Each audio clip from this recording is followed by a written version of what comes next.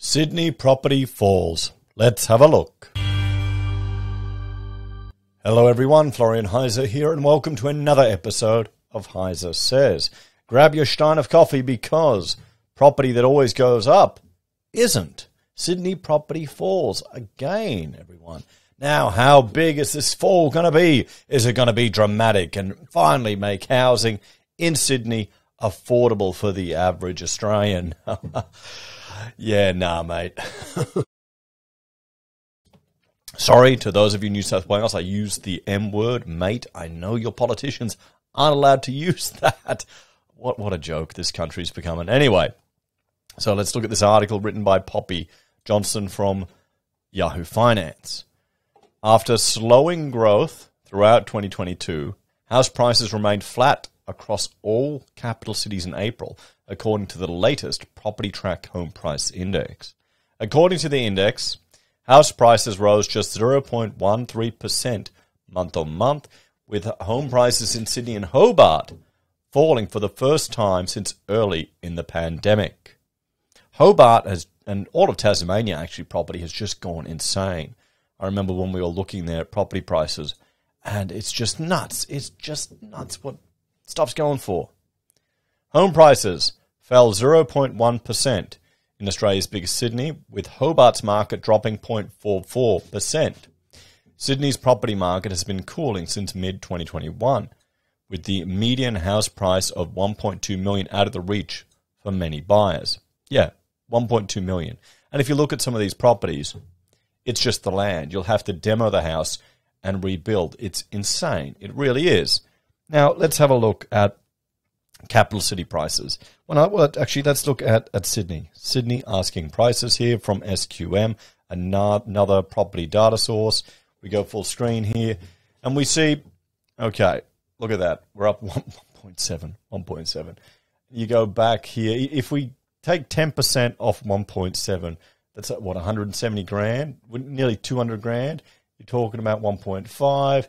You're not even out of 2021. If you want to go half of this, so 1.7, so let's say if we go how far back we need to go to get to $1 million for all houses, 2014. And for a 3-bedder, where's 3-bedder? There we go, 3-bedder here to go to, $1 million is 2015. Okay, and right now they're at, hang on, looking at two different screens, 1.5 million for a 3-bedder. So yeah, it's a bit crazy, guys, property. So these corrections, 0.1 and 0.44, I think it's only making headlines because we're so used to property only going up all the time. So PropTrack pointed to the federal election announcement and public holidays as likely disruptions to the housing market activity last month. Looking forward, the timing of the cash rate hike is expected to become a major determining factor for future growth. And I'm recording this at 2 p.m. We may see a cash rate hike today. So the two-speed market emerges. Despite a sluggish month for growth in the capital cities, the regions continue to outperform the major urban centres, with regional parts of Tasmania, New South Wales and Queensland performing strongly. In the past year, prices have increased 23% in the regional areas, compared with just 14% in the capitals. Now, the question is that to do with green change? Is that unique because of a shift to working remotely and living a lockdown life and people wanting more breathing room? And will that last? Or will people realize that some of the amenities and quality of life that they enjoy in the cities or the more urban areas, they can't get out in the regions? I was talking to a mate. He worked as a doctor in remote parts of New South Wales and Victoria. He loved it, but he wanted to get back to the city. That's how it is. However, the regions were also seeing slower growth throughout 2022 in line with the rest of the country. Even Brisbane, which has been the strongest performing housing market in the country in the past year, had its slowest monthly results since April. Oh no. Where are we? Brisbane, annual growth 26% and change. Oh no, our monthly growth was only 0.2%. There you go, guys. Look at the median value in Brisbane, $645 $5,000. It's just getting nuts. Here you go, the annual change in home prices, it's starting to go back down. Well, the annual change is less than it was previously, but it's still crazy. These changes are still crazy, guys. Remember, this is still going up. You'll need to go below this line to see it going negative. So back down here. So, buyers are wary of rate hikes. After higher than expected inflation figures last week, experts have warned the Reserve Bank of Australia could start lifting rates this week. The major banks have all updated their forecasts after the inflation data showed the cost of living had soared.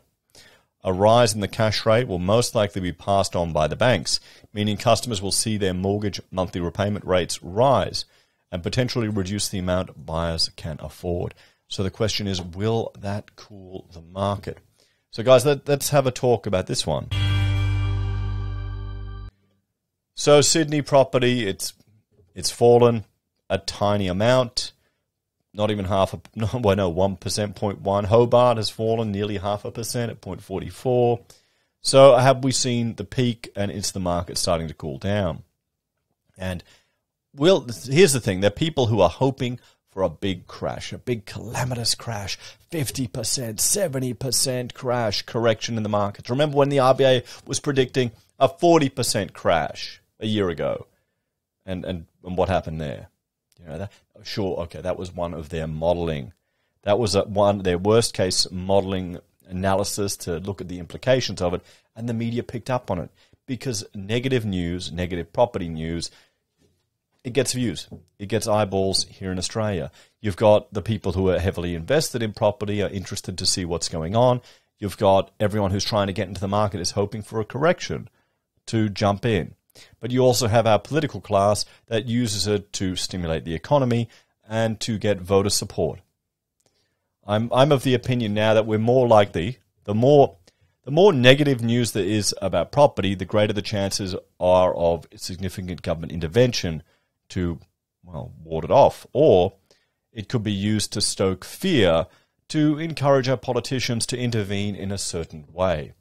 Do you really think the coalition would be so comfortable, or many people in Australia would be so comfortable with all the insane interventions and tremendous amount of government debt they've racked up if it wasn't for the media stoking all the fear about the economy and about all the potential crashes that were happening? And I'm to blame for that too. I went through the articles, I discussed them, and I was genuinely concerned. But I'm becoming much more skeptical about it all now. We'll have to see, guys. What do you reckon? Do you think we're going to see a big crash in the property? Is this just the beginning? Is Sydney prices finally going to get to reasonable levels? Or will they just open the floodgates and look at new ways to intervene in the market to keep everything going? Hey, maybe we'll be lucky and we'll see a 10 or 15% fall and prices will be like 2021. Remember 2021, guys, when housing was affordable, everything was good in Australia. You could still say the word mate. You could still say the word mate in Australia back in good old 2021. Those were the days, guys. Those were the days. Anyway, thanks for watching. Let me know your opinions on this one in the comments below. And we'll have to keep an eye on all the markets across Australia. If you're a fan of the channel and enjoy the content I create here, there are a few ways you can help out. You can join us on YouTube or Patreon to financially support the channel. You can use our referral links at Amazon, eBay, Independent Reserve, or AussieBroadband. Or if you need architectural services, we're quite experienced in education, resource, and commercial sector work. Take care, guys. Have a great day. And don't let the news get you down. You know, it'll all be good. Always is. Just so long as, well, hey, my 7-Eleven coffees are still $1, so there you go. Inflation isn't that bad yet. You know, when that goes up, then all hell is going to break loose. Take care.